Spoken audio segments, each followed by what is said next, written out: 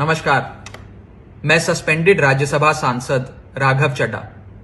जी हां, मुझे राज्यसभा से आज सस्पेंड कर दिया गया है। मुझे क्यों निलंबित किया, मुझे क्यों सस्पेंड किया गया, मेरा क्या अपराध है?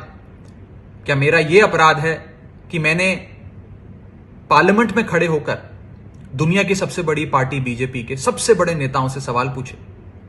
क्या मेरा यह अपराध है कि मैंने दिल्ली सेवा बिल पर अपनी बात रखते हुए बीजेपी के सबसे बड़े नेताओं से न्याय की मांग करी, उन्हें उन्हीं का पुराना मैनिफेस्टो दिखाकर वादे पूरे करने को कहा, बीजेपी को आईना दिखाया और आज की बीजेपी को अडवाणीवादी और वाजपेयीवादी होने की बात कही? क्या इन्हें यह दर्द सताता है कि कैसे ये 34 साल का युवा संसद में खड़ा होकर हमें ललकारता है, हमसे सवाल पूछता है, हम पे सवाल दागता है? ये लोग बहुत शक्तिशाली लोग हैं, ये लोग किसी भी हद तक जा सकते हैं। इसी हफ्ते मुझे कमिटी ऑफ प्रिविलेजेस के 2 नोटिस आ चुके हैं। शायद ये भी एक अपने आप में रिकॉर्ड होगा। सदन के अंदर विपक्ष को बोलने नहीं दिया जाता, लीडर ऑफ ऑपोजिशन का माइक बंद कर दिया जाता है। इसी मॉनसून सत्र में 3 आम आदमी पार्टी के एमपीज को सस्पेंड किया गया है, संजय सिंह, सुशील कुमार रिंकू और मुझे। पहली बार शायद भारत के इतिहास में देखा गया होगा कि लोकसभा में विपक्ष की जो सबसे बड़ी पार्टी होती है, जो इस समय कांग्रेस पार्टी है, उसके सदन के नेता को सस्पेंड कर दिया। यानी कि ये लोग चाहते हैं कि कोई भी आवाज ना उठाए, कोई भी इनसे सवाल ना पूछे, हर शख्स को सस्पेंड कर दो।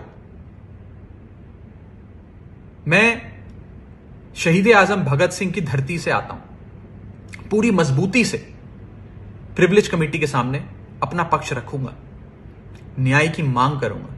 इस देश के कई बड़े नेताओं के खिलाफ प्रिविलेज कमेटी ने कार्रवाई करी, इंदिरा गांधी जी के खिलाफ करी, अटल बिहारी वाजपेयी साहब के खिलाफ करी, डॉक्टर मनमोहन सिंह के खिलाफ करी। मैं आपको बताना चाहता हूं कि बीजेपी के लोग जिस प्रकार से राहुल गांधी जी की सदस्यता ले सकते हैं, कल कोई आम आदमी पार्टी के किसी भी सांसद की सदस्यता भी रद्द कर सकते हैं। ये जो चाहे कर सकते हैं। और शायद मैं पहली बार ही ऐसा देख रहा हूंगा कि जो मनगढ़ंत आरोप बीजेपी लगा रही है और जिस अपराध के लिए मुझे दोषी कह रही है, वो तो अपराध कहीं रूल बुक में लिखा ही नहीं हुआ। मैं आपको साफ करना चाहूंगा कि बीजेपी के लोग ये कह रहे हैं कि मैंने कोई दस्तखत कर किसी सांसद के सदन में जमा करा दिए। मैं आपको सत्य बताना चाहूंगा। सत्य यह है कि किसी भी सांसद को एक समिति में नाम प्रस्तावित करने की छूट होती है। यानी कि मैं एक सिलेक्ट कमेटी के गठन के लिए कुछ सांसदों का, एमपीज का नाम सुझा सकता हूं, प्रस्तावित कर सकता हूं, प्रपोज कर सकता हूं। इसमें किसी सांसद की लिखित सहमति यानी कि रिटर्न कंसेंट या सिग्नेचर, हस्ताक्षर की, दस्तखत की जरूरत नहीं पड़ती है। आपको बस प्रस्तावित नाम देने होते, और अगर किसी सांसद को आपत्ति है तो अपना नाम विड्रॉ कर सकता है। कहीं पर भी ना सिग्नेचर लिए जाते हैं, ना सिग्नेचर जमा किए जाते हैं, ना हमने सिग्नेचर जमा कराए। लेकिन फिर भी एक मौका इन लोगों को मिल गया है मुझ पर कीचड़ उछालने का और मेरी रेपुटेशन को तार तार करने का। एज अ पार्लियामेंटेरियन मुझ पर कीचड़ उछालकर मेरी रेपुटेशन को हार्म पहुंचाने का।